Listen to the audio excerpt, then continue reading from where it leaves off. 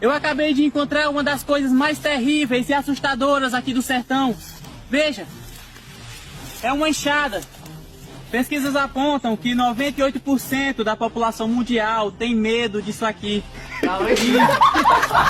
Isso aqui pode literalmente te deteriorar em poucos minutos.